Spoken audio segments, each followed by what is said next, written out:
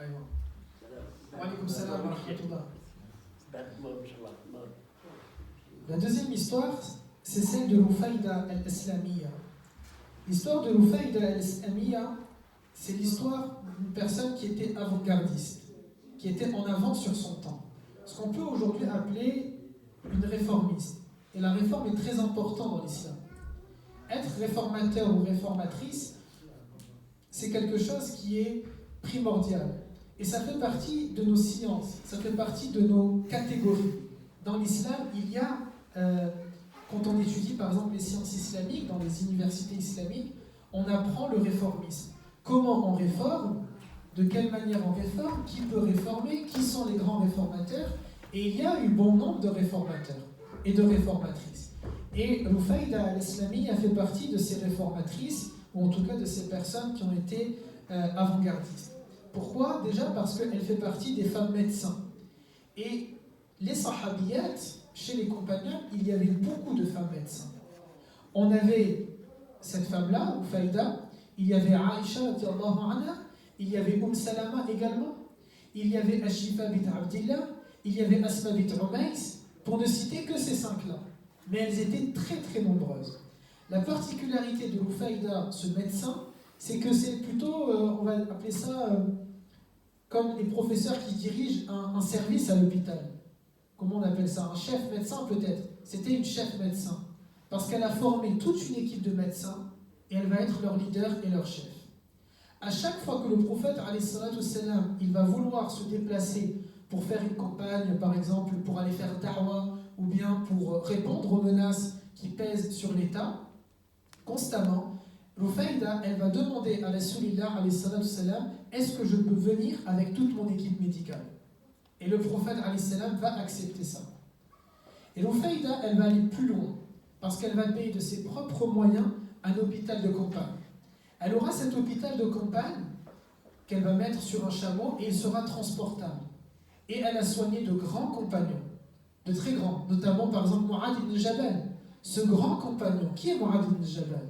C'est celui à partir desquels, lorsqu'on veut, tout à l'heure je parlais des sciences islamiques, toutes les sciences islamiques, il y en a environ 60, toutes les sciences islamiques quasiment, partent de Mu'adh ibn Jabal.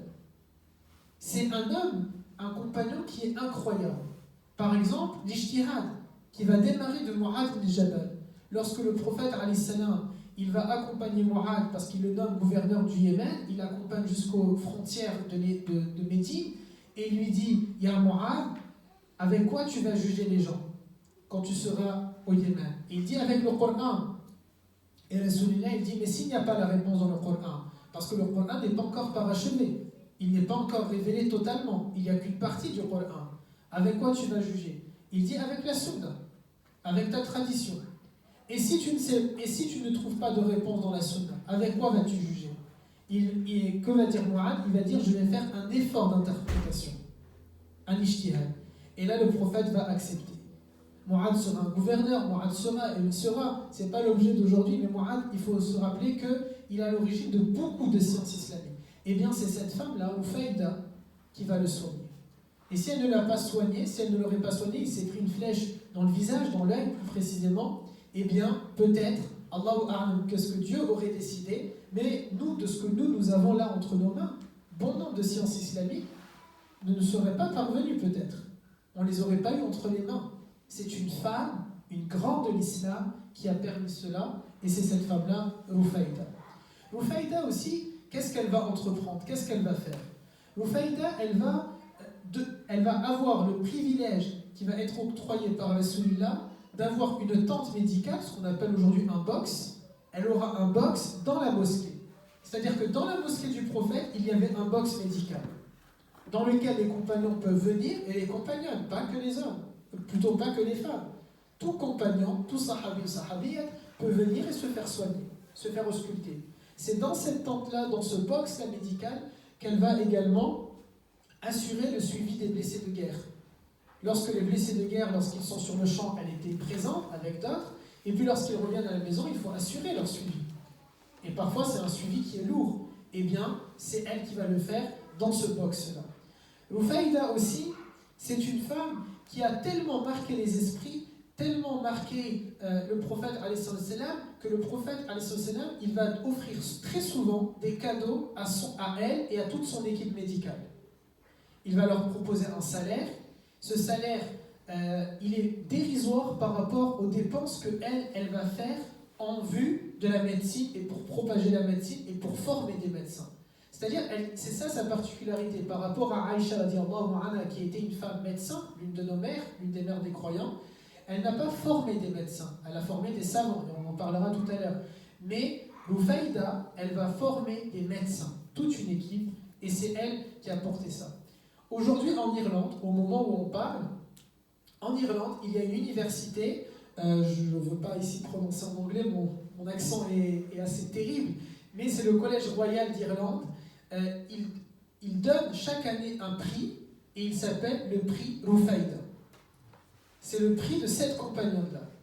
Et ce prix-là, il récompense les meilleurs étudiants, le ou la meilleure étudiante en médecine du pays. Ils ont appelé ça le prix Rufayda. C'est incroyable. Et pas que Rufayda al-Islamiyya, c'est-à-dire c'est vraiment la compagnonne, c'est cette sahabiya qui est visée. Quand j'ai préparé cette intervention, que j'ai noté ça, ça m'a rappelé un autre concours qui s'est passé. En 1979, le monde musulman, plutôt les ulama, les savants du monde musulman, vous savez qu'il y a un comité international des savants, en 1979, ils ont dit il faut que la vie de Nabi, il faut que la sira soit connue dans le monde entier. Il faut qu'elle soit plus connue par la communauté musulmane. Alors ils ont décidé de créer un concours avec un prix $100 000. $100 000 pour le meilleur livre sur la sira. $100 000 en 1979, c'est 1 million d'euros aujourd'hui. Ou c'est $1 million aujourd'hui. C'était une coquette somme. Et ils vont dire, vous avez 1 an pour nous fournir un livre sur la vie de Nabi.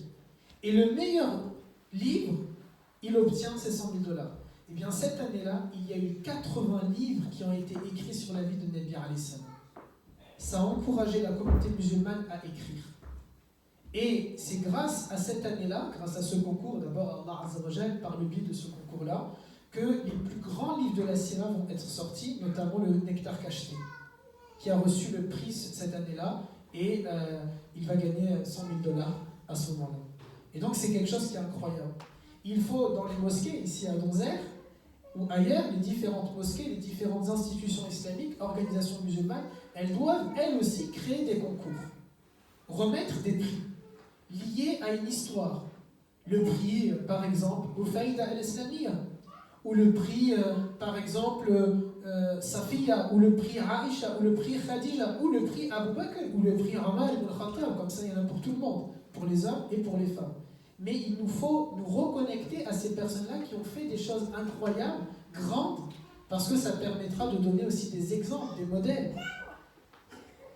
Notre petite sœur, par exemple, qui est ici, imaginons, s'il y avait un concours, un prix, le prix Rufayda, et on lui explique que ce prix-là, il récompensera, je ne sais pas, la meilleure élève en SVT, ou le meilleur élève en physique.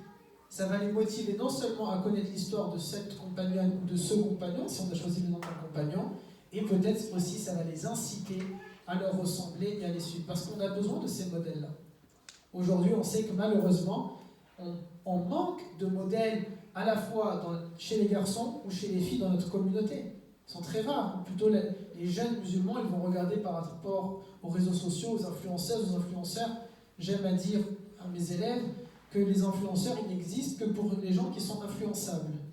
Mais sinon, il n'y a pas d'influenceur. Si vous n'êtes pas influençable, ou bien devenez influençable par le prophète alayhi salam et par les grandes de l'islam et les grands de l'islam.